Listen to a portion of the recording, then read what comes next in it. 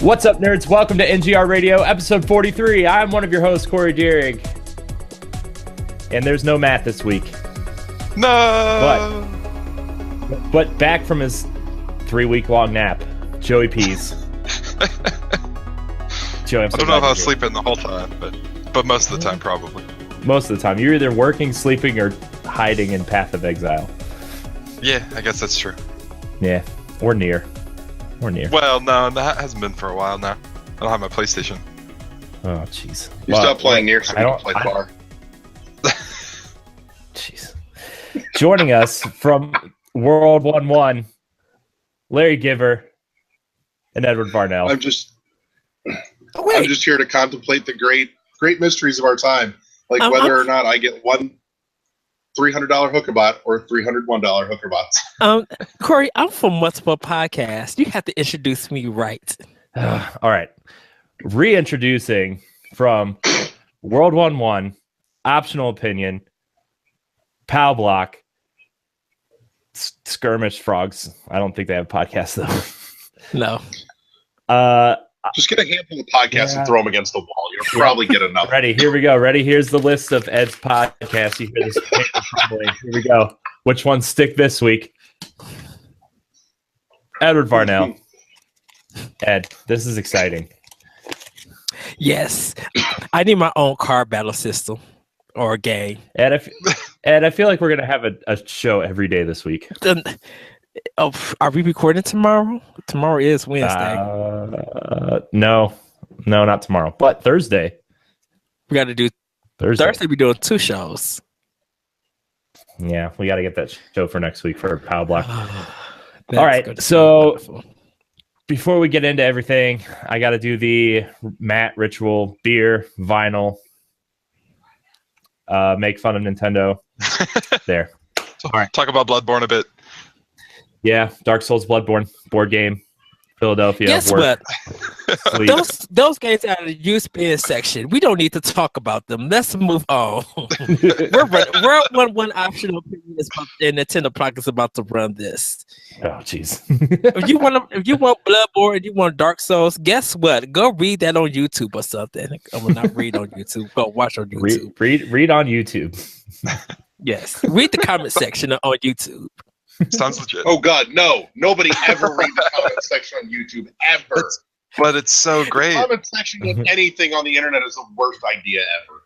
But see, the YouTube comment section, when people have arguments, it's the best script writing ever. Like if you read it, if you literally do a reading of arguments on YouTube on a title that's just so long, I think you will fall out and laugh and be like, "Are these people human?" It's pretty similar to Facebook comments as well. If you read them on like some of the huge videos and stuff. Shoot, Facebook is the Real Housewives of social media. That stuff is literally insane. Like, I don't know. There's something about when people argue on social media and you read it and you literally would just be, you cannot believe at the insanity. You just want to be like, I need to grab somebody. I need to record this discussion and fall out and laugh. Because they will bring stuff out that's not even related to the topic. Uh-huh. Like, it could be like chocolate cakes can save your heart. Well, Trisha don't know how to the only make anything that'll save you is chocolate rain. Oh my goodness. Chocolate rain will save you. Chocolate rain. Chocolate rain. That guy followed me on Twitter. Oh, Tezande? Yeah. I think he's followed like half the internet by now, though. He does. I would say he does have a good voice. Not singing wise, but like talking wise, like to record stuff. I'm like, he would be a good narrator for something. He does have a good voice. I'll give him that. And all the other songs Larry was letting me hear yesterday, which is the rat dance or the mouth dance, whatever that mess was. Hamster dance. Eddie's never heard the fucking hamster dance. What? Dude, that was See, like the biggest thing on the internet for like before YouTube started. It was just this website with a bunch of animated hamster gifs singing the song. I've never the heard best. of it. I've Oh never my heard. gosh. I'm from the hood. Do we listen? If it's not BET or WGCI or some ghetto hood rap station, we don't know none of that. That's not my I fault. subjected him to the Gummy Bear song too. Oh, jeez. Jeez. Well, when we think of gummy bears, we think of the Disney TV show. So, Oh, I'm a gummy bear. Yes, I'm a gummy bear. Oh, I'm a funny, yummy, lucky-looking gummy bear. Oh, whoa. Oh my gosh, man. This is... Sorry, I didn't think it could get much worse than when Matt wasn't here, but now we're singing gummy bear songs and hamster dance, and we follow in the tradition of NGR. We'll come with a topic and get right off, but we don't got nothing. So this is I'm gonna rename the show Trainwreck Radio, and nobody's no, you cannot do that. No, World 101 is the professionalism of train wrecks. You've got it backwards, but close. Train wreck of professionalism. That's it. There it is. Oh, jeez. Amtrak of adulting. Oh man. Not Amtrak. Amtrak takes 2.5 hours to get somewhere. Oh man. All right. What have we all been playing? Playing anything good besides Mario Kart? I've been playing. Mario Kart, Puyo Tetris, like a ton of Switch games from this weekend. Ghost Recon Wildlands, I'm trying to get through and about to start up Near Automata. I am picking up I Am Setsuna. It's on sale for PlayStation 4 right now for Golden Week. I'm thinking of getting The Witness for Xbox One, Larry. Yes. Do it. I know it's on sale. Now, do it. Yeah, don't even hesitate. Go get it right now. Yeah. There were some other things that said on Twitch all the time. I probably played for like 10 minutes to be like, okay, I solved like 25 puzzles. I understand it. You played it for 10 minutes, you might solve half a puzzle. I'm kind of good at puzzles. Besides Puyo Tetris, that mess was unfair with Swap. That was not unfair. Yes, it was. There's no okay. I had the same rules to abide by that you did. Yeah, but you filled 2/3 of my screen with the Sonic Puyos, and I couldn't get. I'm like, what the heck did this come from? It came from me blasting you because I was better. No, you're not. I think the score said otherwise. That is true. I won't argue with that. But Graceful. Machine. Yeah, that one. I wanted to play Mr. Shifty, but didn't get a chance. Mario Kart 8 Deluxe is the bomb. Like it may be Kamiko and stuff, but playing the Switch for the first time, I was just like, yeah, I need to get one as soon as possible and get all the games. Are you gonna rebuy Zelda? Yeah. If I don't rebuy Zelda, it's a problem. It literally is a problem. I mean, like the DLC content that came out, that everybody was just like, I don't care about this. And then they see it, then people are hyped for it. Like, yeah. It always amazes me when people are like crapping on DLC, and then like the moment it comes out, like the details of it, they're all like, yeah. See, this is the thing. We crap on DLC from other companies. We don't crap on DLC for Nintendo, because when we get that Nintendo DLC, we be like, good night, this is so good. Well, that's because it's like Nintendo. It's not company specific. It's bad, it's bad.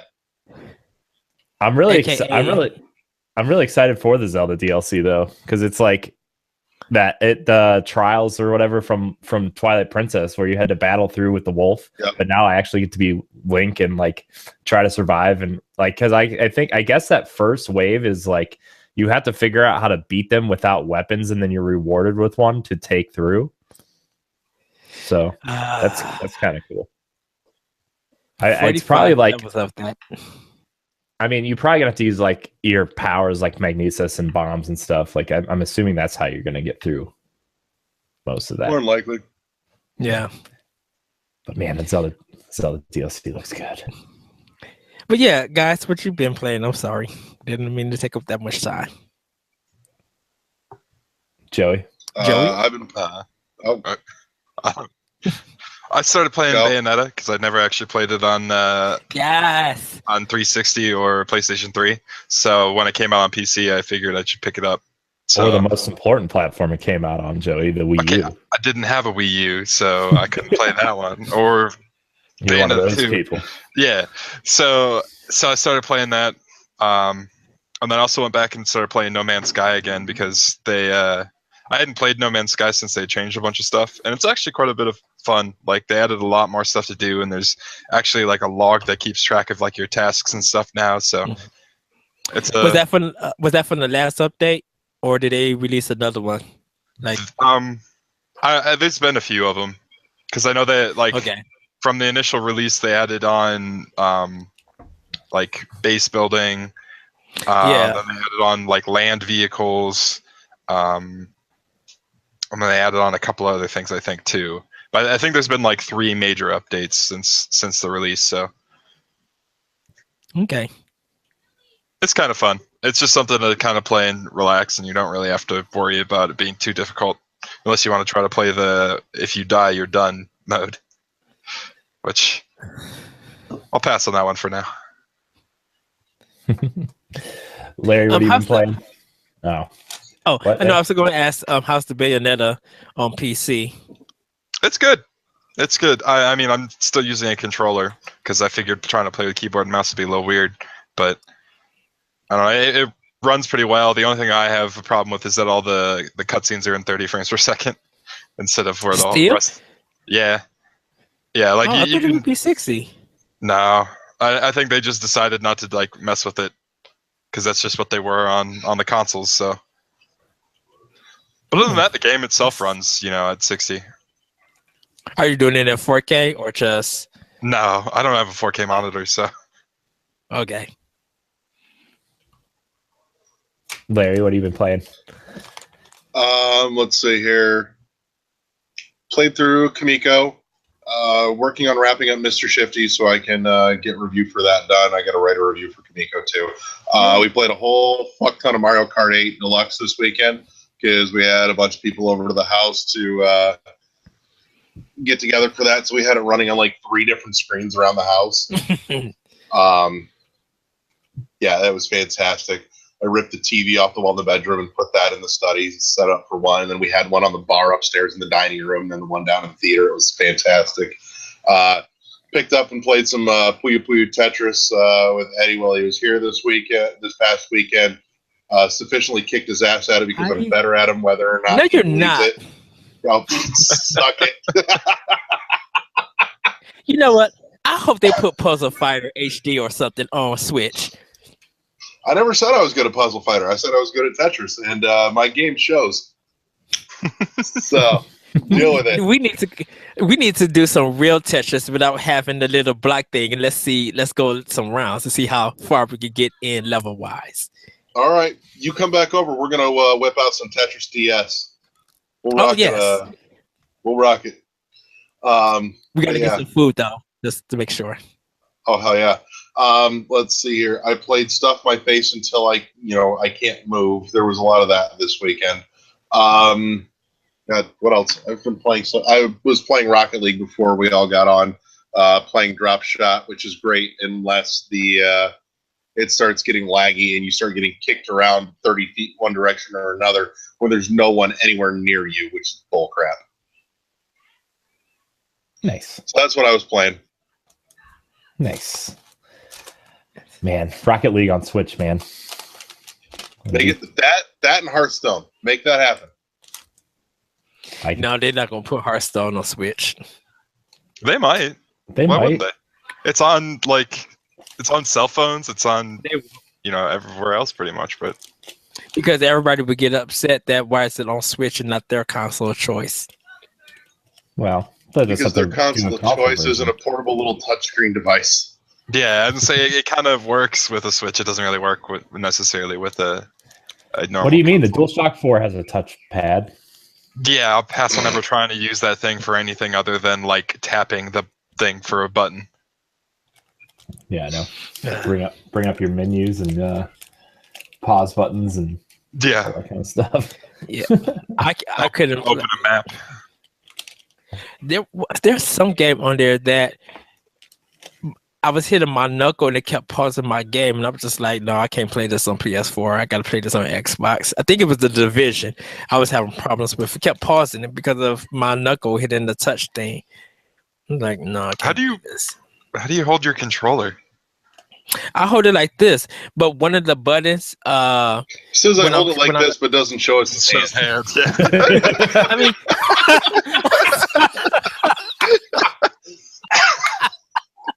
pure comedy. I hold it like this, and I was trying to hit the option part for something, but every time I went to go hit it, my knuckle was hitting the touch part first before I get the options, and it kept pausing it, so I couldn't play it. Okay. Did you guys see they're coming out with a limited edition Bloodhound Gang PS4 DualShock controller? What? Yeah, that's hilarious. Comes with the bad touchpad. Nice. Oh wow. God. Nothing. Joey, what's happening right now? I don't know, Corey. A regular episode of NGR. That's what's happening. Yeah. Corey's the one that said this was a good idea. Hey, none of my ideas are ever good, except for me purchasing a Switch. That was a good idea. But yes, that's always a good idea. 90% of my other ideas are not good. Oh man. Oh man. All right. Who has a topic? Because this is supposed to be I do. Show. Yeah. Yes. Valve is unofficially finally quitting game development and just going straight to distribution because they lost their last major writer because he just sat and had nothing to do for the last 10 years but twiddle his thumbs. Yeah, well. Sounds about right. I mean, what's he going to do? Write a script for the next Dota hat for their hero or whatever? They just make backstory of this hat.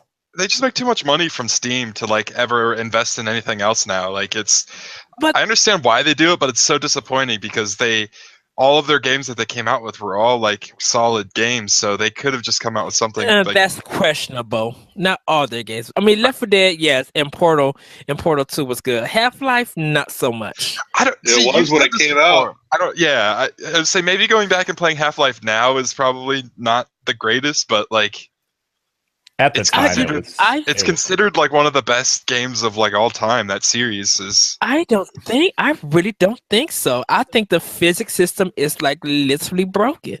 Like even playing Half-Life 2, I'm just like, this is kind of garbagey. Like this is a Flash game with HD physics. I mean, it was pure utter trash. I'm like, no, this doesn't work. Like, Eddie, I need you to explain what HD physics are. That you think it's physics that looks good and you think it's really going to work, but in execution, it's horrible. Like you just be like, you really thought this was going to work, even though you put in the idea, but this doesn't look good for this kind of game. Like you took ragdoll physics and try to make it look and work better, but it doesn't. Corey, I think you found the name of your episode, HD Physics. No, it's going to be $3 hooker robots have HD physics. Yes. Yep. Oh man. Oh god. I don't even know anymore. I feel accomplished. I'm making up words. I mean, here's the thing. I didn't play Half-Life when it came out, so I don't really know the effect it had on like the PC gaming world or whatever. Yes. I did play it later on PS2, and then I played Half-Life 2 when it came to the orange box. I was like, it's fine. It's fine. It's just it's fine. That's all I'm gonna give it. But like, I don't know. I feel like if they did something cool with like Portal episodes, or like if they just gave us like a new Portal every 6 months that was like an hour or two long, like I don't know. I think Valve has a lot of had a lot of talent, and now they're just more of the distribution machine that's like never going away, and they're fine with that, and which is really disappointing. It'd be like there's only a couple companies I feel like that people are super passionate about. One is Nintendo, one is Blizzard, and Valve is probably third on that list in terms of popularity of their games. And like, what if Nintendo just went away and started distributing games? Or what if Blizzard just went away and started distributing games? Like, it's kind of sad because a lot of their games are super popular or super revolutionary or super, people love to play their games. People like to play their games. And like, you get a game like Half-Life where they promise Half-Life 2 episode 3 and then Half-Life 3 and then they never come out. Because, I mean, episode 2 ends on such a cliffhanger, and that story's never going to get finished because they just make so much money on Dota 2 and all the distributing stream games and Counter-Strike. I figured it out. I know how to get Valve to make the rest of the Half-Life stuff. We need to band together as a full-blown internet community and stop buying anything off of Steam, Dota, any of it until Half-Life gets finished. Good luck doing that. Valve suddenly stops making money until they make another game. People to do that. I've never bought anything off Steam, so I'm already winning that race. Exactly. And see, but this is the thing I feel with Valve is that I think because it kind of got a hold on the PC market. PC players who don't really play like console too, and all they know is PC, they gonna give the praise to Valve for Steam and for some of their games. Console players, on the other hand, that's a very iffy choice because I can say that I have definitely played tons of better games on console than I have on PC, and only thing with Valve that I could really give them is Portal 2 because the puzzles, the writing, the physics of that, they all work together. And it's an enjoyable experience. Half-Life 2 and Half-Life and some of Left 4 Dead, I have fun with never playing Left 4 Dead. That one was good. But I don't think they have enough content that could really say, Valve is one of the best in the market. The best isn't about the volume of your content; it's about the quality, though. But see, that's the problem. Like we could talk about Nintendo because of their quality and content. We could talk about Sony about their quality and content. Microsoft, well, back in the old day, we could talk about. You already know how I feel about what the hell's happened to Microsoft these days. Oh yes, we'll see in about 6 weeks if they pick up the slack. Yeah, but I love my Xbox, but that company is so lost right now. They have no idea what they want to do. Like, it feels like, I don't know. It's just, it's the biggest meme on the internet right now where, like, Xbox One is the 4th best place to play Xbox One games. It's just like, dang. Look, when Scorpio comes out, like, if you have a monster PC, like, in these games are optimized for the Windows 10 store and a good PC, you're going to play them there. And then you're going to play it on Scorpio. And then if you upgrade it to an S, you're going to play there, and then Xbox One. Like, it's let's be honest here. Like, actually, Cor, I'm curious on your thoughts on this because Eddie and I talked about this a couple weeks ago. I get the impression like Microsoft is just getting ready to throw in the towel on games altogether. They're at least on the Xbox platform. Well, what they're doing lately seems like it to me. Yeah, I feel like. I don't know. I feel like they're just lost, and they're in that position where Sony was, like, kind of right before the PS2 launched, where they didn't have any really solid first-party entries, and like, I guess the better analogy would be like PS3 launch, where they don't have a lot of solid first-party games, and the ones that they do have are tired and kind of, I like Halo, don't get me wrong, but like Halo's not as popular as it used to be. It is not a system seller anymore. Gears. I love Gears, but that's not a system seller anymore, really. Like if you look at sales numbers, those sales numbers are down from when 2 and 3 sold. And so, what do you do? And Sony's like, people have different opinions on Sony's first party, but you can't deny that they have come out with new IP that matters, and they're coming up with new ideas that kind of matter. And then you look at Nintendo, and Nintendo has the nostalgia factor working for them to the point where, like, yeah, their games are going to sell no matter what. Where you look at Mario Kart, a game that's already been out for 4 years, just re-released on Switch. It's the biggest Mario Kart launch ever. And then you see how they redefine Zelda. And somewhere in there, Microsoft needs to redefine themselves, and they need to redefine a major first-party game, and then, maybe build from there. And don't get me wrong, I think Phil Spencer's done an excellent job turning the Xbox ship around from launch. Like he's done more for that company in the last 3 years than anybody has since Bill Gates invented the company. But yeah, I mean, go ahead, Corey. What? Go ahead. I just think, like, I kind of feel like they dug themselves in a hole by putting their first party games on PC to the point where people are starting to ask themselves why they should own an Xbox when they can play Halo 6 on their PC or Gears on their PC, or, these new games like Crackdown and Sea of Thieves on their PC. Like, why do you need to own an Xbox when you can just play them there? Because with Microsoft, I feel like they have placed their belief and their trust on hardcore gamers. That's going to be attracted to those titles. But they haven't really released any games that would like tailor towards hardcore gamers. It's just Call of Duty and Battlefield. I think they have, but they've been. Oh, don't forget Forza. You got to go fast. Yeah.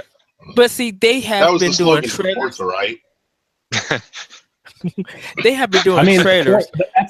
That's not really a joke, though, right? Because Forza right now is arguably their best franchise, and it's a racing. Pretty much, yeah. And like when a racing game is your best selling franchise at this point in video game history, like you should probably reevaluate your portfolio a little bit, because I'm pretty sure if I Google Microsoft, or if I Google Xbox mascot, it's just going to pull up a picture of a generic car. Well, that meme was going around too, where it was like your famous Xbox mascots, and it had Lara Croft, and it had Master Chief, Marcus Phoenix, and then a Forza car. Like that was the mascot on the box. That was their mascots on the box, and it was just like, this is bad. This should be like the Fable, character or something. And like Ed and I were talking a little bit about Fable the other day on Pow Block, and like I really feel like that's the franchise that could reinvent the Xbox brand. Like, they're not going to touch it. They're done with Fable. They have to. They have no choice. But this is the thing about it. There's so much bad they've got taste. lots of choices. Haven't you noticed? They're just making all the poor ones. There's just so much bad taste about Fable right now. Like, Fable 1 was a great concept. Fable 2 is the pinnacle of the series. And then like halfway through Fable 3, like people started being real down on it, and then they did that Kinect game, and then you have that canceled 4-on-1 Fable Legends, and now there's just all this stink around the Fable franchise where like maybe they just need to take some time off from Fable and come back maybe next year or the year after and be like, look, this is our vision on Fable. Like, we're really going to push this franchise as our Zelda, as our Horizon. Yes. But, they just spent too much money on it to where it didn't work. I don't think they're going to try to touch it again, because that's just how they're going to run as a business. Like, they're going to be too worried that they're just going to lose more money on it again. They can't. I understand, like, they could and make it better, and this could be their, game that, sells their systems, but it's not going to be. They're not going to touch it. I think the best thing for them to do would be to double down and build a studio just for Fable, like they did for Halo and Gears. To be fair, 343, a lot of people don't like their Halo games. I liked Halo 4 a lot, the story, and Halo 5's multiplayer is really solid. Like, Halo 5's multiplayer was awesome, and like the story was terrible, but that campaign was still fun to play through. And like, the Coalition building Gears from the ground up, giving us a solid Gears experience, and then expanding it with the next entry would be just. I mean, I think they need to do that with Fable. Just get their feet wet, make a game like Fable 1, maybe a little bit longer, maybe like a 30-hour RPG. And then, you move on to Fable 5, and that will be your big, expansive, super open world 100-hour RPG that will redefine the series. Well, I think they have to scale back with the Fable and not try to make it feel like The Witcher or anything. I say probably go maybe Breath of the Wild. Go with a different art style. Like, really, if you're going to show off this game, don't show us a trailer of no gameplay, because that's what's filling Microsoft so much hard. And even Sony does this.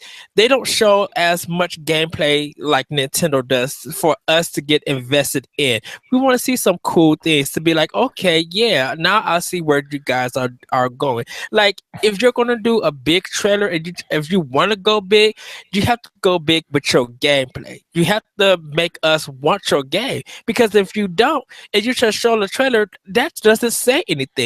Because we know you as a company, you're gonna show this trailer, it's gonna look pretty, and then you're not gonna say nothing about it until the game release, aka Halo Wars 2. I mean, we talked about it earlier. About that?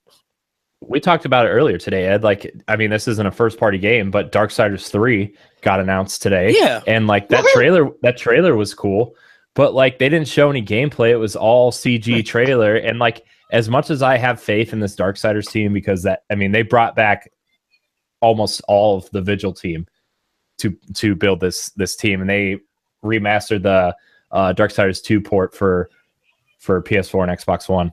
And I have no doubt in my mind that this game is going to be at least as good as Darksiders 2, which is just fine with me. I like Darksiders a lot.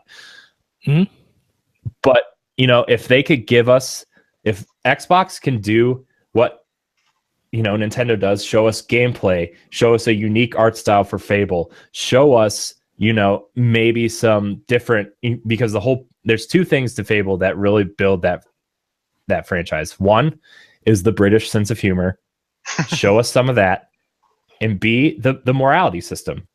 Give us a cool, showcase a cool moment for the morality system, and show it in gameplay, and show us some jokes, and that's how you get goodwill back for that franchise. Right.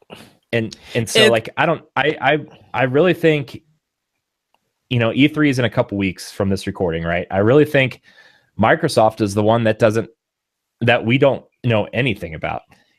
Sony showed us their roadmap last year. It's just time will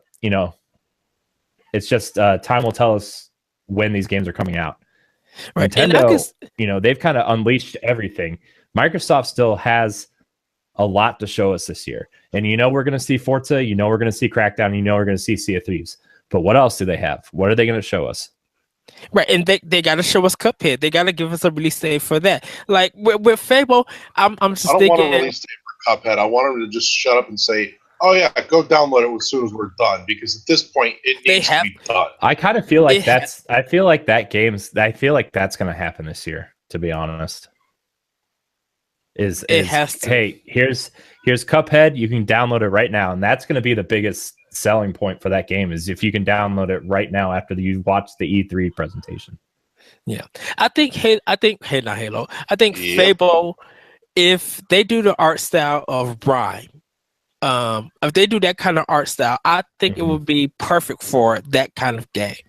Like, there's something about keeping it light, keeping it funny, but like that art style for Fable, they got to go. I feel like they personally need to go with a new art style, and the combat needs to be fast.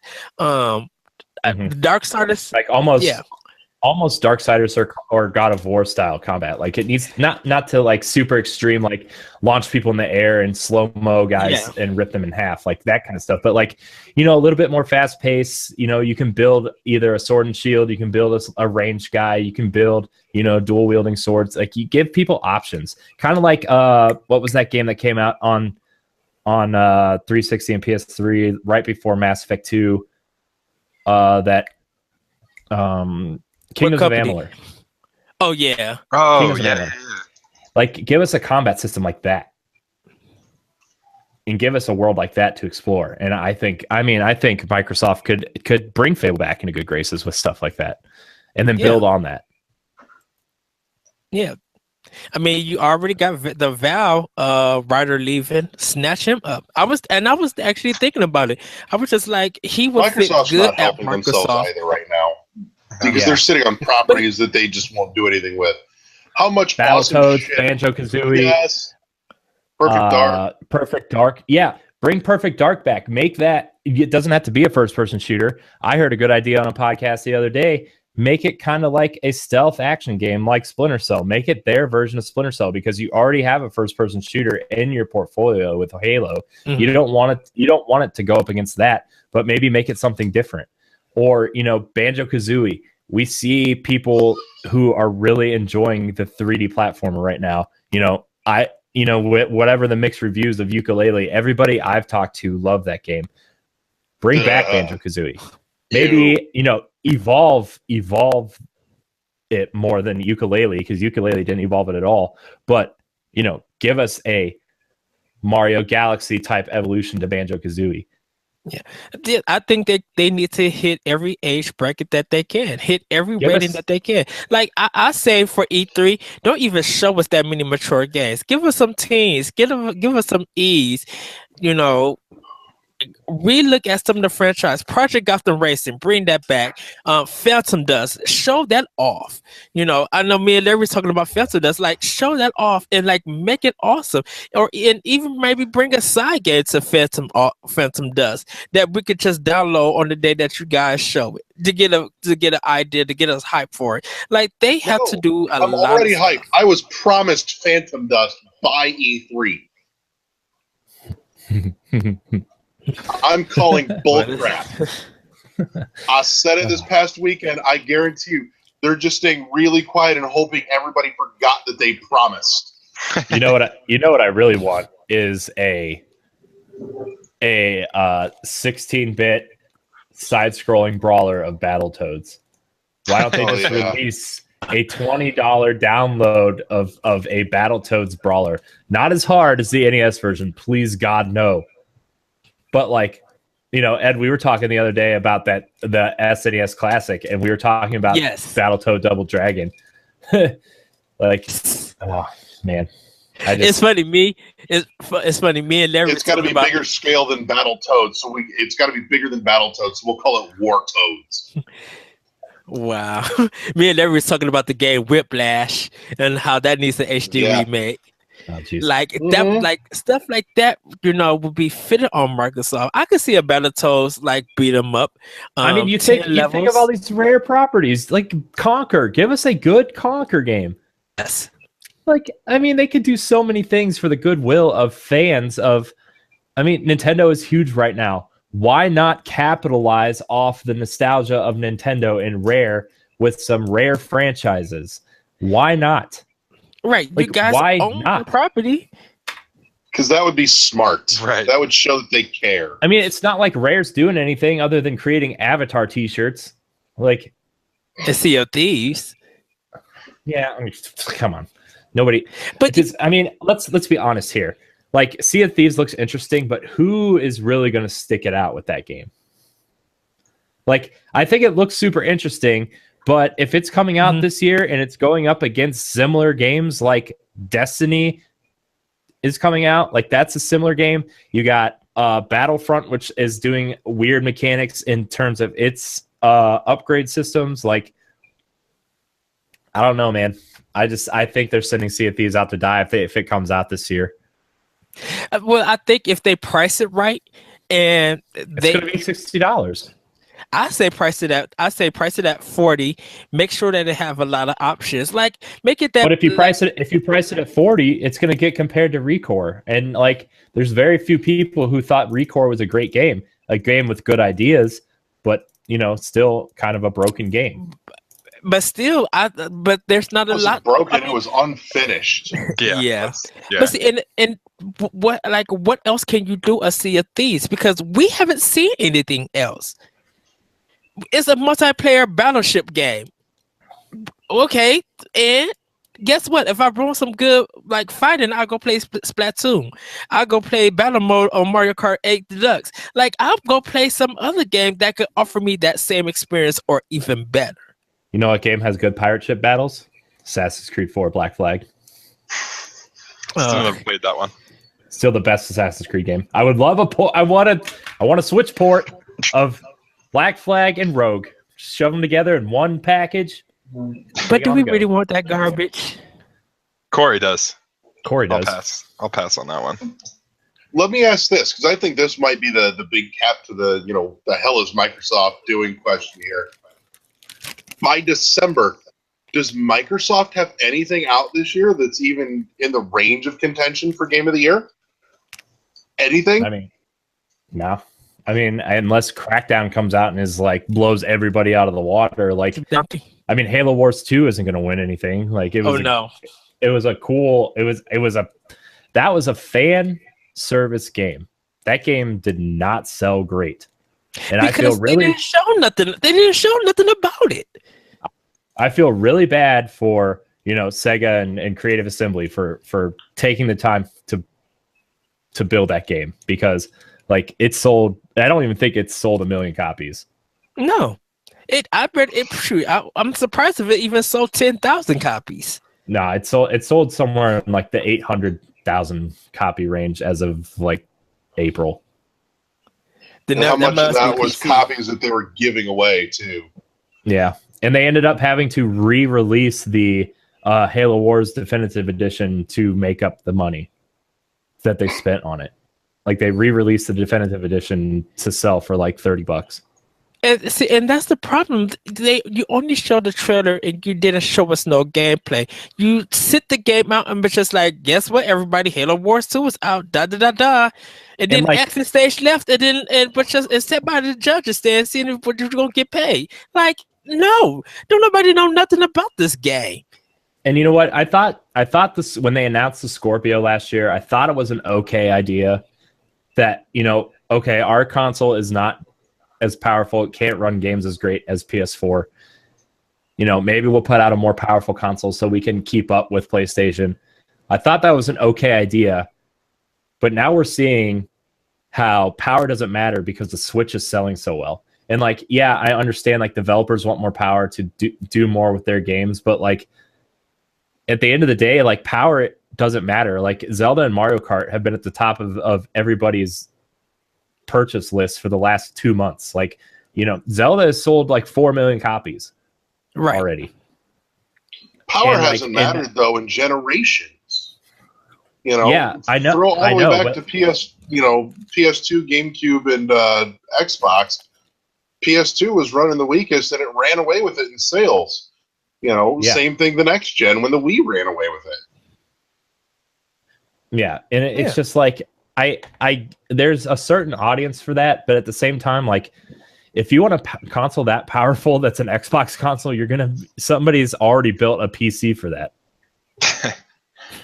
Like, I mean, Joey, you're probably the biggest PC gamer here. Like, I mean, and I know you have an Xbox One because I sold you mine for Scalebound, which got canceled. I'm sorry. I still feel really bad for that. Hey, we're getting Destiny on it, so we'll play Destiny on Xbox apparently. Yeah, that's true. That's true. But like, I mean, would you rather spend your money on a powerful PC or an Xbox One Scorpio? Where are you putting your money? Like, you just bought that new graphics card. Like, right. Yeah. I mean, I think you know the answer to that. I mean, right now my PC's pretty good, so I wouldn't really need to spend too much money on it. But I'd buy a Switch then instead of buying a Scorpio. So is what I would do. I mean, yeah. See, I would do a Scorpio because I still got my old Xbox One, the original one. Now, if the Scorpio could make my install times like a blink of an eye faster load, I'm down for that. That won't happen. Yeah, that's not gonna happen. That's not going to happen because that's what that's. But see, that's and server that side, and right? that literally that's would be network related issues and. But see, that would literally be the problem. If you go and brag about your system having 8 terabytes and all this RAM and stuff, and it still takes an hour and a half to install a physical copy of a game, that's a problem. Your power don't mean nothing to me when you can't even, your install times can't even be faster. Well, the problem is that they don't. It's a problem. I don't think they even install from the disc. They notice you have the disc and then make you install from the internet most of the time. I think so. It's like no, they well, if you're There's connected, it's for the patch. okay. I mean, Yeah, I don't because know. everything, everything is installed. I don't even think I bought a physical game for an Xbox One yet. So because when I install most of my games, it's the disc. So I don't know if the digital version or in the disc version if they're the same load times, install times. Right. But I'm installing stuff off the disc. And anything that's coming from the internet is going to be the patches, and the patches take about longer than the install time. So that's ridiculous. So if your system, like I said, if your system is that powerful, and you still got to deal with this install time, then why even own it? You can have the prettiest graphics. So who cares? People who've been playing the Switch is so happy that they don't have to do really that much installation. They can pop their game in and go. Like I've been hearing people just like it's hard going back to PS4 and Xbox One after playing Switch because of the install times. Yeah. Microsoft. I don't know. Xbox One may be the prettiest whore at the prom, but everybody's dancing with the Switch. Pretty much, yeah. And you and I mean, everybody always makes fun of us because we're the biggest Nintendo fans. But Nintendo blows stuff. Yeah, but Nintendo blows stuff out. Nintendo blows it out and defeats everybody's expectations of one of them to fail. I mean, you look at you look at what Nintendo has done in the last 6 months. They announced the Switch, which is this revolutionary concept that, makes total sense for them. It's a handheld you can plug into your TV. They create and redefined open world action adventure game with Breath of the Wild. They've done all of this on low powered hardware with, I think the install size on Zelda was 13 gigs, right around there. Yeah, right about. And they've done such an incredible job of knowing how to use the hardware, knowing their own systems, knowing how to build something. And I think these other companies can take a lot from that. I think they can learn from that. And I know, the next Halo is going to be in 4K, run at 60 frames a second, and look like the prettiest shooter you've ever seen. I have no doubt about that. But if the story sucks and the campaign sucks and people just aren't flocking to the system because they want to play something else that's fun and motivating and something power doesn't matter. And I'm a huge Nintendo fan. I'm saying that because I really like Halo, and I really hated Halo 5. I really did. The campaign sucked. I want and Microsoft at least come out and said, look, we are making Halo, when the next Halo game is going to focus solely on Chief. And I still think that that's their big gun under the hood is a remake of Halo 3 with a Halo 6 beta. I still think because it's their 10-year anniversary of Halo 3, it's going to give somebody to look at the Scorpio. It's going to be the system seller for the Scorpio. I still think that. But at the end of the day, they don't have anything that's going to go up against Sony and Nintendo this year. Nintendo's got, this rumored Mario Rabbids RPG. They've got Mario. They've got Fire Emblem. They've got Xenoblade, supposedly. They've got, their own version of Skyrim. That's a handheld Skyrim, and Minecraft coming out. Those games are, probably a Pokemon game for Switch. Microsoft doesn't have anything to compete with that. Well, I think what Microsoft probably needs to do is, okay, if you've seen all these companies complaining that they can't get their games on the Switch, go talk to them. So they could fill up your gaps for your big games. That's what Nintendo did. Mm-hmm. A lot of games that's indie didn't make it. Go out and get a company like Drinkbox to build you a Metroid style game that you can promote as your own thing. Go out and get, They've already got Epic and Chair, who hasn't done Shadow Complex 2 yet. Yeah, go out. Yeah, go get Shadow Complex 2. Go get, Yacht Club. If they're not working on Super Shovel Knight by now, I mean, get them to build you a Conquer 2D platformer. Get them to do something for you. Like, Cuphead's a good start. What's that game that they had last year? We Happy Few is an okay start. It has that BioShock vibe.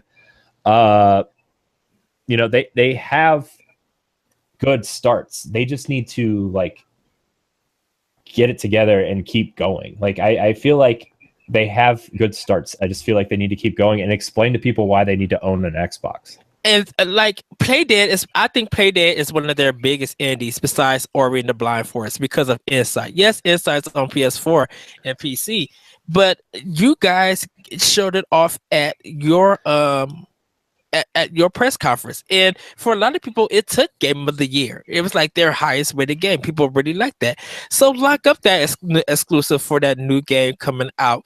Go to Moon Studios and see what they're working on, and hopefully they could get something out. Like, you have companies that you work with, and if you have a really good relationship, or companies that want to get their foot in the door, get their game, whether it's good or not, put it on your platform so it could sell. Mm-hmm. So people can notice of okay, Microsoft now got some weapons for this holiday season, because we already know Nintendo got from now until December all locked up with great titles. Sony will probably find out with God of War and maybe Detroit Becoming Human and Days Gone or whatever that. I still think Spider-Man and Gran Turismo are going to be Sony's big games this year. Well, yeah, I think The Last of Us 2 needs to come out next year. That game cannot come out this year. That game's not coming out. That game's not coming out till 2019, 2020. Well, The Last of Us 2 they need to get Days Gone out before they even start talking about Last of Us 2 again, because that game's going to get that game. The biggest mistake Sony made was announcing Last of Us Part 2 before Days Gone was out.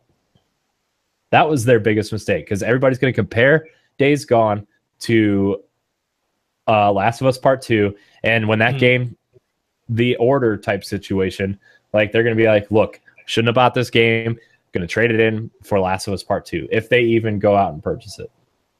Yeah. Well, Death Stranding has a lot to prove.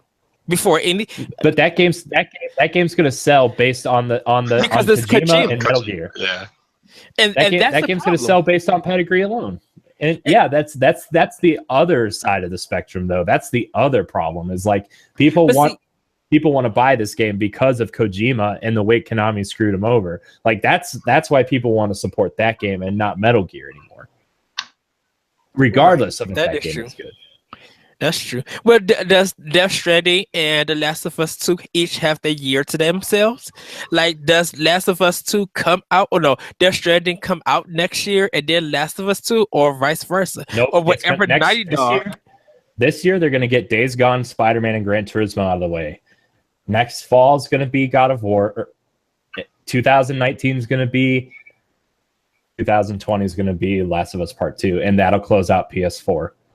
Before the next Sucker Punch Sucker Punch has to get a new game out. We know that too. That's going to be Detroit, whatever Sucker Punch's next game is. Those are going to be February, March releases, Horizon. Okay. Because I feel like Sony's going to try to push one big game out before Q1 ends and one game out in Q4. Because Gran Turismo is not going to do anything. I still think. I think Forza still has Gran Turismo's numbers, but I think the way that PS4 has been selling, and Gran Turismo has always been a solid racing game. I think it'll sell at least 4 or 5 million units. No, I think Forza is too strong, and regardless if it's Motorsport or Horizon, the Forza for arcade, well, not arcade, for simulating racing, Forza got it locked up. MLB. But there's a lot of people that own PS4s that don't own an Xbox. True, but the thing about it is they Drive Club don't do nothing for them. Gran Turismo numbers has failed. So what racing game is gonna go against? I mean, you got Fast RMX and you got Mario Kart on Switch. I'll tell you what racing game. There's only one racing game that matters. Nope. The best racing game ever. It's coming back. It's got it. I gotta feel it. Ridge Racer. God, no. People are still playing the Mario Kart arcade over Ridge Racer. So I'm not gonna lie, I really actually like Ridge Racer 6 and Ridge Racer on the original DS. Now, if Nintendo says, guess what, everybody, here's an update, and they just throw out F-Zero for Switch, pretty much all the other 2 racing games could probably just fall off and die. I mean, I don't think Nintendo. Eddie, you said the magic words. You said F-Zero for Switch, and I suddenly became erect. I mean, F-Zero. I mean, they've got Fast RMX already, and they've got Readout coming out later this year. Like, just one franchise at a time. Metroid first, then F-Zero, then F-Zero. At E3, Nintendo needs to roll out the big guns. Yeah, like for real. Give me Metroid. Gosh, can we just talk about how that bounty? If you have not listened to Nintendo Plowblock, listen to the episode I think it's 2 weeks ago, where me and Corey described a Destiny-style Metroid bounty hunter multiplayer kind of. I don't think it'll work. They can do a solid single-player game and that'll sell, but if they try to do that multiplayer thing, it'll end up being bad. It just won't work because they haven't put enough. Like they don't have enough support behind it, that they won't put enough money into it, and then it won't be done. The reason why Federation Force didn't work is because they hadn't released Metroid Prime 4 yet. It had been, I mean, the last Metroid game we got was Other M, which was met with a lot of negativity. I liked Other M enough, but that game was met with a lot of negativity.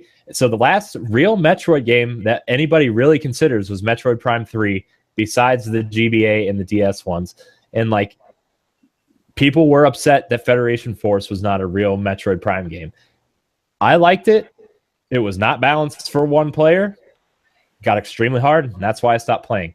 I think it had a lot of interesting ideas, and I think if they made a Metroid-style game like that was a little bit deeper, a little bit more complicated, and balanced for solo and multiplayer after a single-player Metroid game, I think it'd be fine. Yeah, but then who do we? Dang it, Drinkbox might actually be able to do a good Metroid game. I'm already hearing Matt scream at me through his car radio about this Destiny Metroid crap. He's throwing his vinyl out the window. I'm not gonna lie, it does not appeal to me. I won't scream at you. I mean, if that's what you want, that's what you want. But I don't see it as. What did you think? I'm thinking about what kind of game would draw in a bigger audience to Switch in terms of multiplayer games. And like Splatoon is an awesome game. I love Splatoon. Yes. I love Mario Kart. I think ARMS is going to be an interesting experiment for them. If Smash comes out next year, like that's their 3 big multiplayer games. Like what's coming next in terms of a multiplayer style game after that? Like, I don't know. And what do you do in terms of multiplayer for Switch? Besides couch co-op, Mario Party, Mario Golf, Mario Tennis style stuff. I mean, would you want that as a multiplayer mode and still have a single player mode in Metroid? Well, here's the thing. I think the more I thought about it after our conversation, I think a single player only Metroid game should come out first and foremost. Whether it's Prime 4, whether it's a 3D style action game in the vein of the 2D games, or just a straight up $40 2D game, like a Metroid single player only game needs to come out first and foremost. Yes, but the more I think about it, the more it's got to be either a 2D Metroid, like Super Metroid 2, or something in that vein, or a third person 3D style Metroid game. And then you say Metroid Prime 4, for later, maybe we get 2 Metroid games. Maybe it's 2 different studios, and Metroid Prime 4 with the multiplayer component will come 3 or 4 or 5 years down the road. I think the Prime series is done with. Yeah, I mean, as a story wise.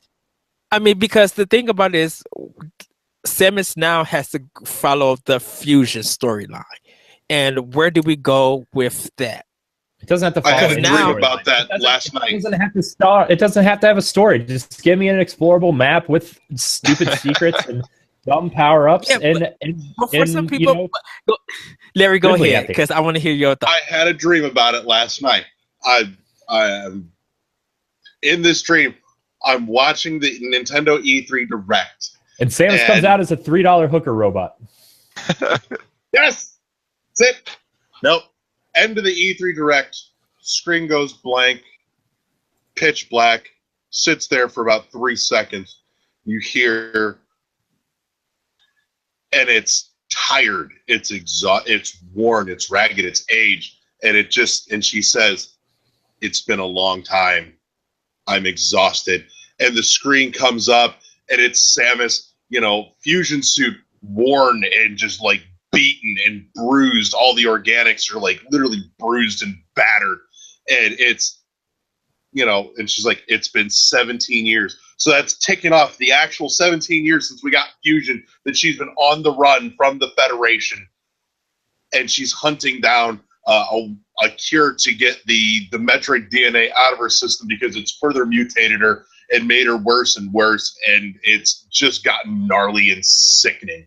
Like, she has to hunt and drain the life force from other things to stay alive, to feed like the Metroids did. Being at the same time. I want it. Make it happen. Do Mother Brain appear? Like no, the revival of Mother Brain?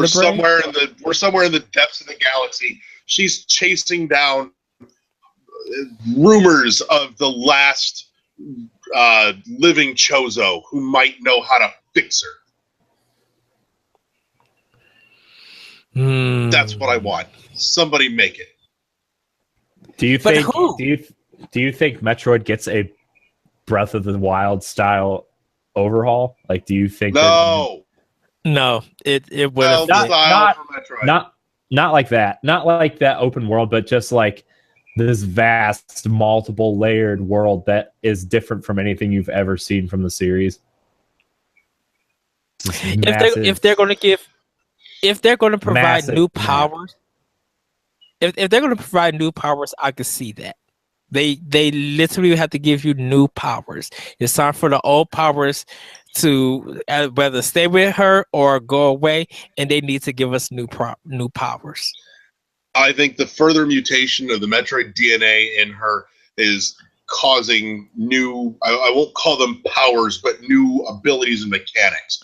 Like being able to, not necessarily melee, but to run up and to latch her cannon on with, like, she's got the white teeth from the Metroid on the end of her cannon that will latch onto something, and that's how she siphons life force. A close range mechanic that was not there prior. Kind of like Other M, where when she got up close, it's like she blasts. Yeah, a little bit. But she needs to constantly feed and drain life force from other things because her strength is perpetually depleting because this whole thing is just running her ragged. It's destroying her from the inside out. So it's pretty much threat versus threat. Yeah. Like, there's a threat to her, but she's actually a threat to them. There's a threat to her from the inside, from the mutation, and there's the threat that she's also being hunted on top of that. But she's a threat to them because of when she attacks. She's being chased down because she's now an outlaw after the events of Fusion. Do you think that to start it off for her to be the outlaw, the scientists want to kidnap her and kind of kill her to get that DNA, to get that science? Oh, that's probably part of it too. Yeah, go with it. The Federation has, been corrupted from the inside out. It's a full conspiracy job. Just go balls to the wall with it. You can do all kinds of cool stuff. Guess what, Microsoft? If you need a Metroid game and you need ideas, watch this podcast because maybe that could be a new IP for you that you could work on. There you go. I just wrote one for you. Remember that rumor when Metroid was supposed to be merged with Star Fox on the Wii U? Oh, good. Remember that? Remember that awful garbage that was rumored? So glad that didn't happen. Oh man, I just want Metroid. I just really want Metroid because I've been playing Super Metroid on my 3DS, and it's just like I played this Sunday at the Mario Party. Oh. Yeah, he was sitting in the study playing Super Metroid on the Wii U. That intro is still so good. I mean, the Galaxies. That intro. I need to hook up my Wii U and play that game again. It's so good. And that's as much as I made Eddie play AM2R last weekend too. Yes, he did. I've played probably a couple hours of that, but I haven't gotten like too far in it. I get sidetracked because I keep trying to find everything I can, and I know that like some of the stuff I probably am not supposed to be able to get right at that point. But yeah, there's a lot of stuff you'll have to come back for. Right, that's what it's like. I should just keep going through until I get all the power ups, and then come back, and then I know I can blow through everything. But yeah, I think this one is. Yep. It's easier to play than the Game Boy version. I will say that. See, I never. Well, yeah, it's because Samus doesn't take up 3/4 of your screen when you're playing it, and it has color, so you know which area of the map you're in. Hey, it's better than China Warrior. China Warrior took up the whole screen, and that goodness, that worst game. Yeah, Microsoft, look at some of the TurboGrafx. I'm sorry, plain and simple. AM2R was the greatest Metroid game ever made. I have doubts for that. No.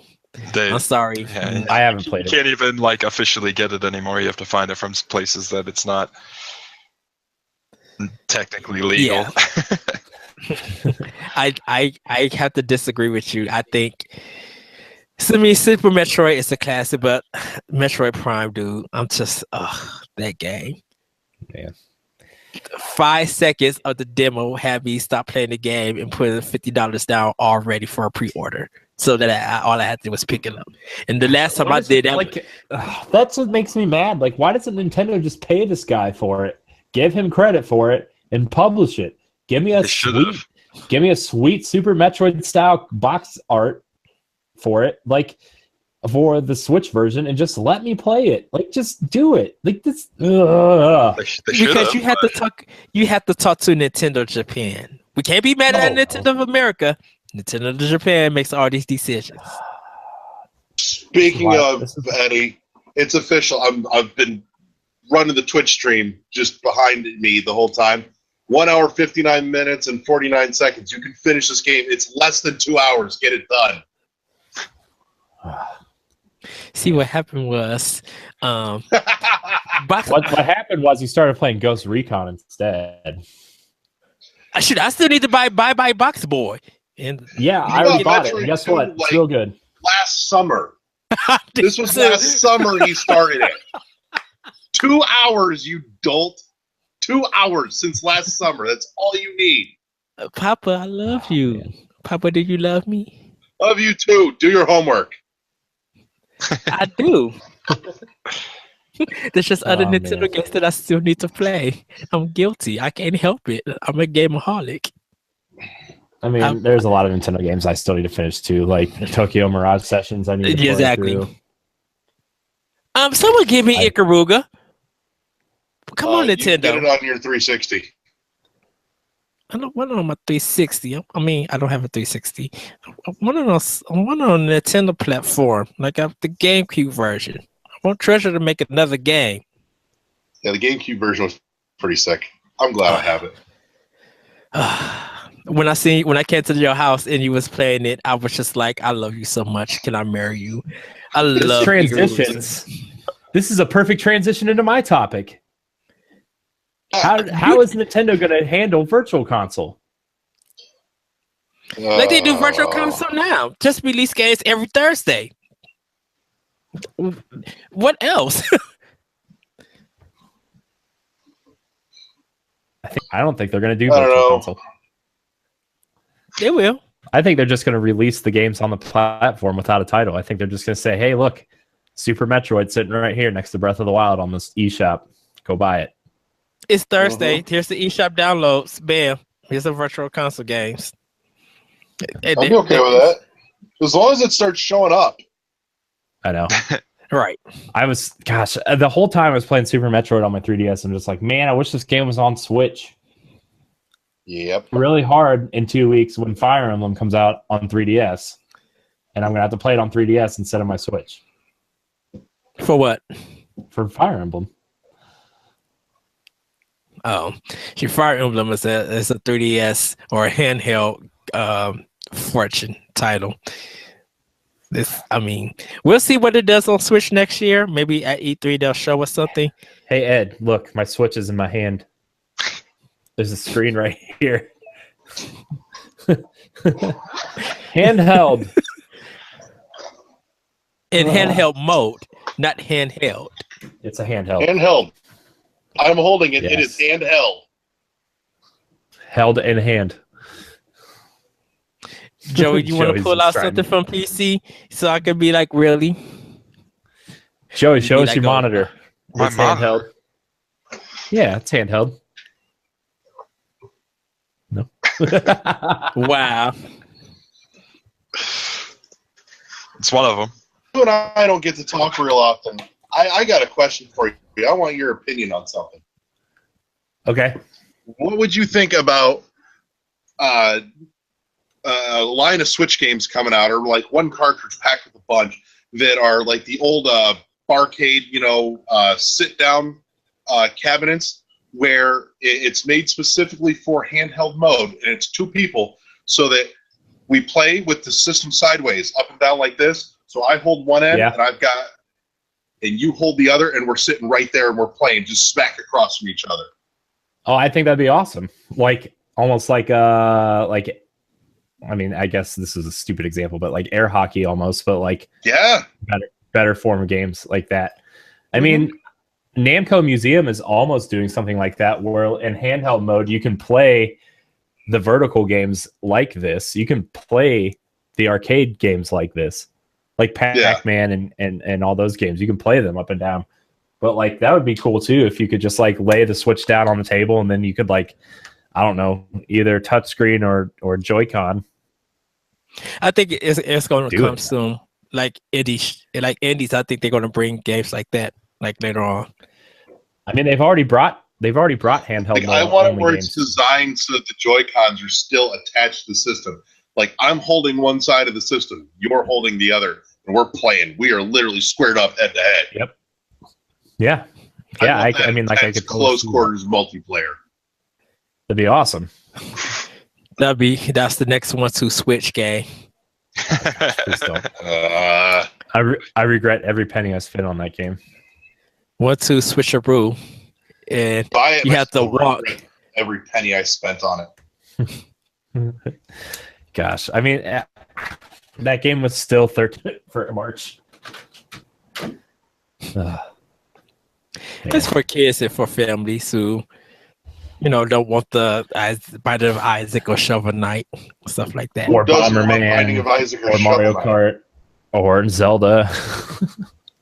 All these other terrible games. I mean, there are some kids. Let's not forget that awful game Kamiko and Mr. Shifty. Those are all just horrid. Snake Pass. Graceful Explosion Machine was atrocious. Fast Remix was just god awful, and Blaster Master Zero is terrible. How many terrible games can you put on a system? Switch has no games. Why you has no games, Nintendo? Sure, I think every game that's been released, I think gamers who own the Switch pretty much bought, I would say 70% or 80% of those titles. I think they said that the attach rate for the average Switch game is 71%. And you can't really say that for Xbox One and PS4. Well, I mean, to be fair, Switch has only been out for 2 months, and there's only like 25 games out for it. But in its release window, you would think that if compared to its release Well, no, you would think that would be the same thing for Xbox One and PS4. Nope. Maybe, like I said, Resogun for PS4 was the attach rate. I think the difference there though is that 360 and PS3 sold 80 million units apiece, right? And Yes. then when these new system, and then when the Xbox One and PS4 launched, reports that I'm going to buy Black Flag and Call of Duty on my 360 instead of my Xbox One. And whereas Nintendo, maybe these people haven't owned a Nintendo system since Wii or Nintendo 64 or something, and that's why we're getting Breath of the Wild, and that's why it has 101% attach rate. We're getting Mario Kart 8, which is the fastest selling Mario Kart in history, and because people are buying a Nintendo console, and to Nintendo's credit, they've done a great job marketing this thing, and they've done a great job getting people excited for this thing. Something they didn't do for the Wii U, mind because some people are stupid and don't realize all the great titles for Wii U that's on that system. Some people are still confused think that the tablet is still an accessory to the Wii, and they just didn't want it. Like a lot of people thought it was a $300 tablet. Which, to be fair, that's exactly what the Switch is, but it's not an accessory. Some people still think Nintendo make games for Microsoft and Sony. That's how idiotic some people are. Yeah, but a lot of people there's like people that aren't in the game space that we are. I'm still dealing with people who don't want a game because there's too much reading. I'm like, really? Well, I don't like to read. That's why I play games and watch TV. I just had a thought. There were articles, all like yesterday and today about how great Mario Kart 8 Deluxe has been selling over the weekend. I just realized nobody went with like the best headline that they could have. Mario Kart 8 Deluxe shifts into 200cc mode for sales. Why did nobody run with this? Oh my goodness, that mode. Oh dear Christ, 200cc is just I'm working my way through 150cc right now, 3 stars. It's getting tough. Not gonna lie, it's getting tough. Oh, it does, but it's okay. I unlocked my sweet white F-Zero car. I've unlocked my sweet tires, and I found my new main in Splatoon Inkling Girl. Good to go. Yeah, good to go. Nice. Yeah. But I mean, back to my point was like, Nintendo has a lot of they can have these games on the system and have them sell well, whereas like so many people bought the last generation of Xbox and PlayStation that they didn't need to upgrade right away, which I think is also working to Nintendo's benefit. People are starting to become nostalgia for N64 and GameCube era games, which is why Virtual Console, I think if they add GameCube games to that system, is going to be a huge selling point for a lot of people because people are so nostalgic for those games. If you put, Luigi's Mansion or Metroid Prime or Sunshine or even Wind Waker, even if it's not a port of the HD Wii U one, like people love these games so much, and that's going to be a huge selling point. F-Zero GX on the go, make it happen. I want it right now. What about the PC conference for E3? Nobody cares. What's our expectations for that? No one cares. There's not going to be anything shown for PC. Not Dang, even Joey I was trying to show you love Joey for PC press conference. World exclusive. NVIDIA announces another fucking graphics card. Well, that wouldn't be PC there. exclusive. They do that at CES or something. There's no reason for them to really be there for any reason other than to provide systems for people to play games on. The joke. Look, this is the PC exclusive. It's actually you 45 made me explain minutes the for joke. You ruined it. I mean, I hope that PC conference is only 45 minutes. That 2-hour mark is just goodness gracious. I mean I don't even know why they have a PC conference except for like Civilization, I guess, was like the big game there last year. Oh, right? I mean, Civ 6. Yeah, Civ 6 came out a few months ago now. Yeah, so I don't know. There might be something interesting, but I mean, most of the stuff, I don't know. I'm really interested to see what Bethesda talks about. Nothing. Because like we don't really have anything from them. Like they're not going to put Fallout 5 or Elder Scrolls 6 out, right? How about they release some games that's actually good and finished and not buggy? I mean, I think Wolfenstein will be that game. Prey looks like looks pretty polished. I mean, yeah, but that's come time this episode posts. Prey comes out on Friday. Right. I don't know. Maybe we see him talk about Skyrim on Switch. That'd be cool. I could.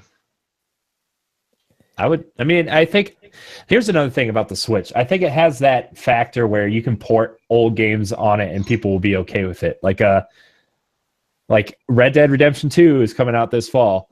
What if Switch got a handheld version of Red Dead 1? What if they got the GTA collection for that, like 3, 4, 5 or something, or Vice City and San Andreas? What if they got a BioShock collection? Like, what if they package these old games together and put them on Switch? I would totally double for the BioShock collection on Switch too. Oh, I mean, there's games that have never been on a Nintendo platform before that people would probably purchase to take on the go with them. Mass Effect Trilogy is a good example. But they're beautiful garbage. That's why would we want to play them? Really? Like, are they going to fix the last battle of BioShock Infinite? Is BioShock 2 going to be like a better game? That's going to be interesting. Like, BioShock 2 is already a great game. You shut the hell up. BioShock 2? Really? Yes. Don't make me make the argument for BioShock 2. I will defend BioShock 2 until I'm blue. Not just until I'm blue in the face. Until you recognize I am right. I do not recognize that you are. Well, I mean, you are Caucasian, but I do not recognize you are being correct. That is fake. I am 100% That's fake news. Correct. We got your fake news right here. Alternative facts. And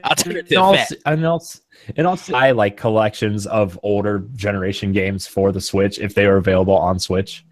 But they're beautiful garbage, and who really wants to play them? Not all old games are garbage. Are you saying all of the BioShock games are garbage? Beautiful garbage, yes. Jeez. BioShock 1 is passable. Okay, good. Let's not get super hung up on the BioShock collection here. I was just using it as an example. I mean, like, what if... Bring me a Dead Space collection. Yeah, what if Dead Space collection came? What if Mass Effect Trilogy came? What if, an Assassin's Creed Ezio collection or America's collection? Because they're coming from companies that's going to give us lazy ports. Do we really want that from EA? Really? I mean, I would love a Mass Effect Trilogy on the go. Personally. They're going to be like, we're playing on PC, on a tablet, if it's available on tablet. I don't know. Like, Eddie, come on now. What? I want to visit the world that you live in where Mass Effect is on a tablet. I mean, there are 2 Mass Effect games on iPad. Get there. Wait, I know. It's Amtrak because I dropped you off at the station. Oh, I have to. When we get off the air, I have to tell you the ghettoest woman that was on that train station. That I literally want to jump. Tell that story now. Tell it now. No, we're not waiting till we're off the air. This happens now. Okay, this is how it's going to go down. So, I'm in the Amtrak station waiting for the train to come. It's nice and quiet. The black people who are in there are being respectable. And Eddie, I firmly believe that all black people are respectable. What you just said is discriminatory and racist. I don't care. I'm about to tell the story because it's about to get 100% ghetto in this month. So we're all being older people. We're all being respectable. This hot mess comes in with this peach coat on her phone, loud, and says, "Girl, did you know? Why are you so loud? It's peace and quiet. We don't need." And she kept being loud. She kept telling all the business, and then she looking at us like we trying to know her story and stuff, and don't want to know her gossip. You are the only one in this ghetto sisters don't understand how phones work. That is true. And she was just loud. So the train actually comes, and everybody is walking up. They, and this old couple who actually should have got a ride up to the train part to wait for the train, they had to walk. This hoodlum is gonna get on the thing. Thank you. You were able to walk. You should have let those other two people who are older than you, that you should show some kind of respect. You should have let them on the little cart thing that the employees drive up on, and let them be able to take that. And she just kept being loud. She kept being ghetto. I don't wish death upon nobody, but I kind of wish that there was a banana peel right under her foot and she fell onto the train tracks. Can we Photoshop her to replace the Squid Girl on the title screen for Mario Kart 8 Deluxe? Because Corey, you've seen it. I know you've seen this because we talked about it last weekend. That screen looks like Mario is getting ready to cram a shell down Inkling's throat. But let me give you, but this is like he's just gonna feed the Squid Girl her teeth. Larry, let me tell you more, because while I'm getting my ticket, while I'm showing them my ticket, trying to see where the train is happening, and getting my little tags to put on my backs, she comes up and was just like, "Where's my train ticket? I can't find my train ticket." This heifer pulled out a map. Why would you pull out a map and think that the map is your train ticket? What? No, she was trying to use the map to help locate her train ticket. No, she thought the map was her train ticket. She was looking for the blinking waypoint on the map, Eddie. That's how she was not. She was just like, where's the barcode at on this map that can scan for my train ticket? I wanted to say I wanted to call her the B word and backhand her. Because I was just like, how stupid are you? Preach it, Eddie. You got to keep the pimp hand strong. Very strong. I'm going 8-ball at MJG 1994 pimp strong. Eddie is now a pimp named Slickback, and he's going to lead us in the pimp's prayer. No, I'm the pimp from I'm going to get you. No, I'm the pimp from I'm going to get you, sucker, with the goldfish shoes. Platform shoes. Eddie's going to be Lil Pimp.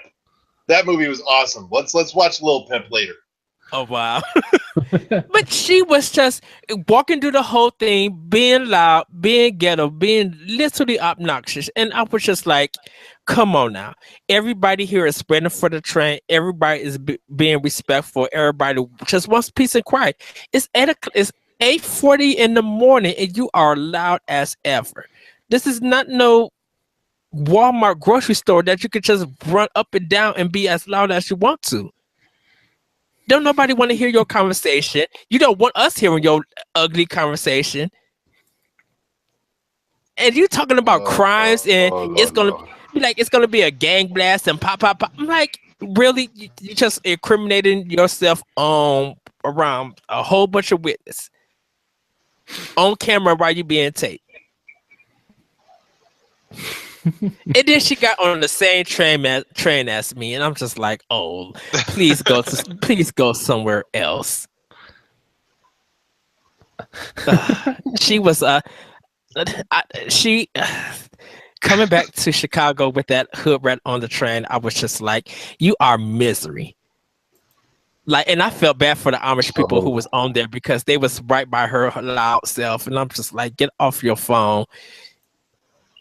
And I don't know, go into a coma or something. Just like anything to hush her up.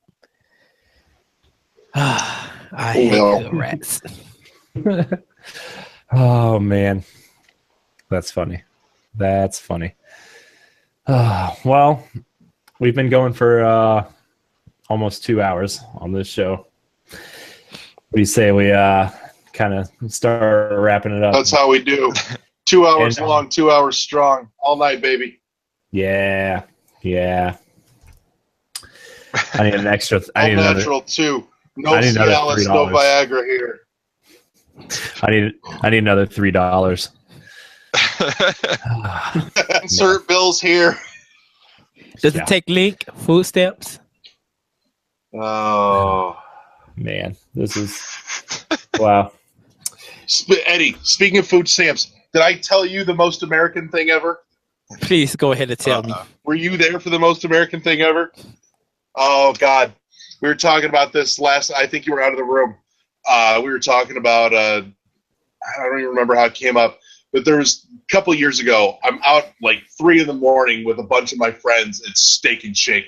I've got a Steak and Shake 7x7 in one hand, a giant chocolate milkshake in another hand, and my buddy Duke. You've met Duke. Big beast of a man, adorable sweetheart. He looks, he's like, that's the most American thing I've ever seen. I looked at Duke, I'm like, I am more American than a bald eagle fucking an apple pie on food stamps. And I literally was just like, wait, what? And walked out the room. All the white folks in that room was laughing because I heard that and I was just like, I'm done for the day. I was literally ready to go downstairs, get my bags to be like, drop me off. Murica. Because I was so done. And I fell out laughing. I was just so outdone. Because when he said the bald eagle doing the apple pie, I was cool. When he added the food stamps, I lifted my hands up to God and said, Lord, take me. Because I can't. And I busted out laughing. Oh my God! Shout outs to you, Duke, because I love Duke too. He is so humble. I love him. Well, on that note, we're gonna wrap the show. Thank you so much for listening, Ed, Larry. Where can we find World 1-1 and all that good stuff? Larry, we'll start with you because Ed's list is I'm gonna have to go use the bathroom, brush my teeth, get ready for bed. Yeah, that's the part where Eddie does his other new podcast. Eddie pimps Eddie's other podcast for an hour podcast. Plugging plugs. You can find me every week. We post on Mondays, World 1-1 podcast. We are on Shout Engine, iTunes, Google Play Music. You can check out our Facebook page, click like, get all the content. We currently also have an awesome giveaway going on the Facebook page. We've still got copies of Axiom Verge to give away. All you got to do is send us a message to the World 1-1 Facebook page and tell us what Tom Happ's favorite breakfast cereal is. And if you don't know the answer is in the episode that Tom Happ joined us on the Axiom Verge of Greatness with Tom Happ. Give that a listen, check us out, and join in on the Facebook group, the World 1-1 Podcast Forum. Join in the discussion. You'll also find us on Twitter at World1_1 Podcast. And you can email us at world11podcast@gmail.com. Yes. Done. And you guys can find me on Twitter at that retro code. You can hear my podcast, Optional Opinion, at SoundCloud, iTunes, Google Play, another podcast as at the Anomalous Radio Network.podbean.com. Like Larry said, you can hear what's on World 1-1 Podcast. We post our shows on Monday as much as we can if there is a delay. We're getting ready for E3, just along with Nintendo Power Block. We'll be getting ready for E3 to have that discussions. Give you guys great content. Check out World 1-1 Podcast Forum and World 1-1 Podcast on Facebook to read some of our game reviews. I have Horizon and I have Wonder Boy up there. Larry has like the Breath of the Wild, and he's going to be having more Switch indie games up there for you guys to read. You can listen to Mr. Shifty go up this week. Yes. I have an audio optional opinion that's up right now that you guys can hear on SoundCloud. I still have to post Sony and Nintendo, so by the time you see this, they should be up. They're only about 15-20 minutes. I'm reviewing games that actually came out that they were shown at E3, so let's give it a listen. Hear some tracks from it. You can check optional opinion on IGN.com. Just look under anime and Skirmish Frogs, where I got a series called The Moment. You can check Nintendo Power Block on Tuesdays and Fridays with me and Corey on NGR Radio on YouTube. So yes, that's me. And I will be having some blogs going up for NGR and for Power Block on the Facebook page that you guys could be checking out soon. So yes. Joey. I don't exist, remember? Oh yeah, I forgot. Joey I'm on the show from time to time, and that's about it. If he's not napping, Joey's on this show. Well, or at work. Or at work. Right. Yeah. Well then, I guess you can find me at Corey Hudson and HD on Twitter, Corey and HD on Instagram. You can follow NGR Radio on Twitter at NGR Radio Podcast. You can join our Facebook group at facebook.com/groups/NGR Radio Podcast. Like our official page, our official Facebook page. You can download the show. Yeah, that one. You can find. Man, now I'm all screwed up. You can find all of our content on ngrradio.com. Come like and subscribe to our YouTube page. You can find this show every Monday at 10 a.m. Eastern time. Yeah, I think that's all the plugs. Anything else? Anybody? Hashtag HD Physics. Oh, God. Gosh. Oh, man. $3 for robots with HD Physics. Final thought. And Valve is dead. Long live Valve. Oh, jeez. Yeah. And next week I won't be here. So Joey and Matt and their street hooligans of the internet will have to hold down the fort. So sorry in advance. Yeah, and that's it. Until next week. We love you. Murica. Murica.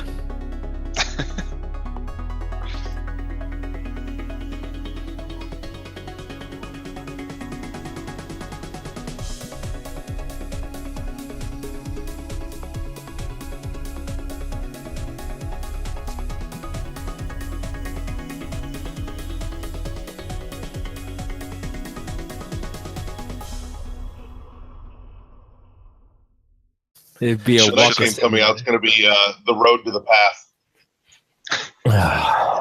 Should I stop playing Path of Exile then, Corey?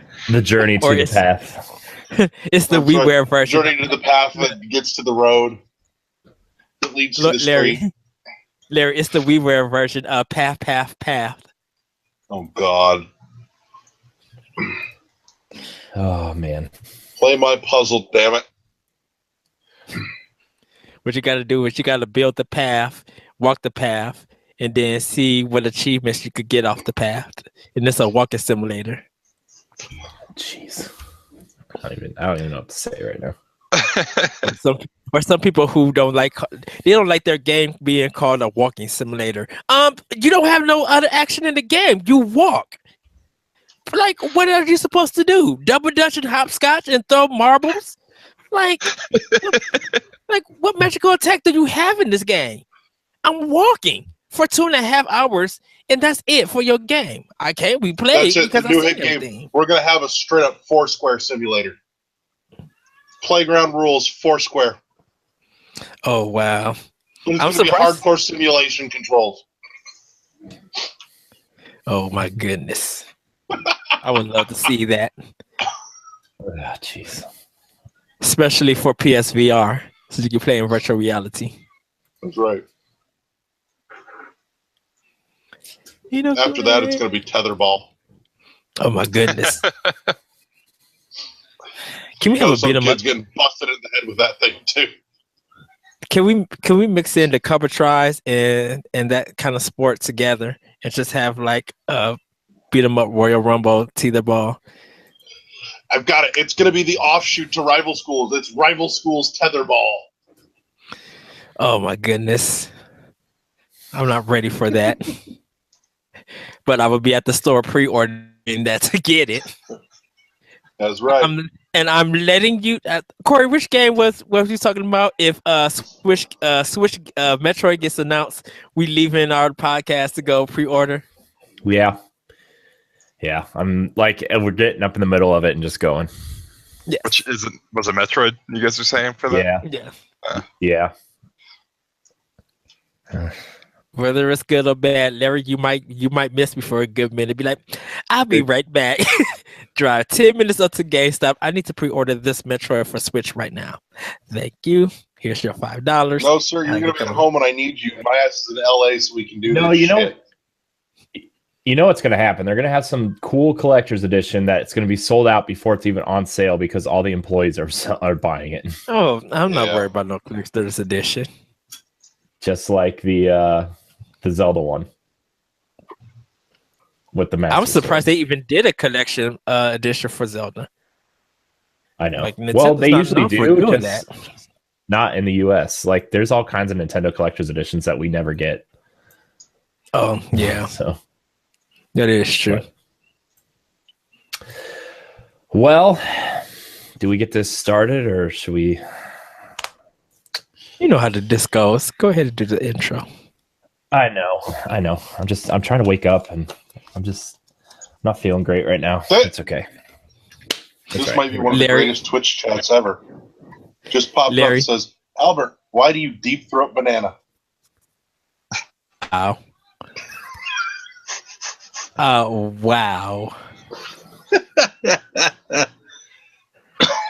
So it's going to be that type of show. Yep. Sounds like I'm just reading the Twitch chat. That's it. I want it. I want Larry to respond to all of our questions just with Twitch chat responses. I will make this shit happen. Jeez. Oh, Larry, what do you think about this? Twitch chat says it's like the greatest Magic 8-Ball game ever. Wow. All right. So Larry, before you go, Corey, Larry. So I had Popeye's chicken yesterday, and I was just like, take the chicken that I had in Indiana. Popeye's going, why you bring me the weak shit? Why you bring that weak ass shit up in here? Dude. Why you got to be so stereotypical, Ed? Because that chicken is you dry. didn't see. Indiana, good Lord, it put us all to sleep. Almost. You should have seen it. It was like watching this man see the face of Jesus. It looked like he just saw the Ark of the Covenant. Now, I'm suburban. I'm a little bit white. So, and my black side sometimes comes out. I smell this chicken. It smells good. I smell you are not potatoes. a little bit white, dude. If anything, you were borderline sister. Hood, yes. I am. That is true. I would not deny that. I would never deny that. So, I get in the house. You know, Larry passes out the boxes. I open it up and I'll take a picture. I'm like smelling the chicken, like, this smells good. No, I'm being kind of cordial, very, suburban, like I said. I take one piece. I look at Larry. I start getting into that chicken like it was nothing else. My black tail turned so ghetto and hood.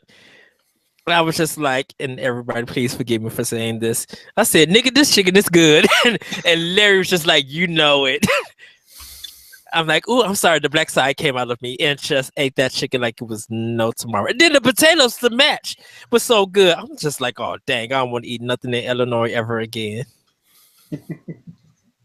So, sorry to all the white listeners. All the black folks know that when you eat some good chicken, something in your DNA pops out for a good 10 seconds.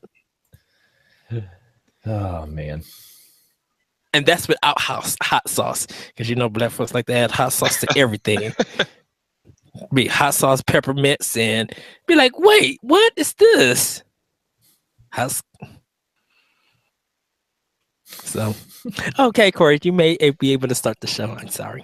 Is it okay if I start the show? Is it, Ed? Are you giving me your show? Yes. Yes. Run it. Oh. Welcome, fools, to NGR Radio. Usually it's Matt. Usually it's Matt talking. All right, here we go. What episode is this? 43. Okay. Gosh, too many. I'm retiring. Till Thursday. What's up? What? Till Thursday. Till Thursday. How are we ahead of you on episode count? Were you not going before us? Well, we were doing the old show before you, but this show kind of took over, and then we kind of did stop the other show. So, I mean, I'm still ahead of everybody, but gosh, that's because you don't do anything except podcasts. Pretty much. Eddie is the great podcast whore of the internet. Yeah, that's true. Don't forget, I was doing about 7 shows for almost a month. Per week. That's also true. Jeez. He'd turn on his microphone for any old hussy. Yes. Oh, jeez. All right. I'm going to start the show before this gets any worse. We're already talking about $3 hooker robots. I think. Yeah. Yeah. In the video games. All right, here we go.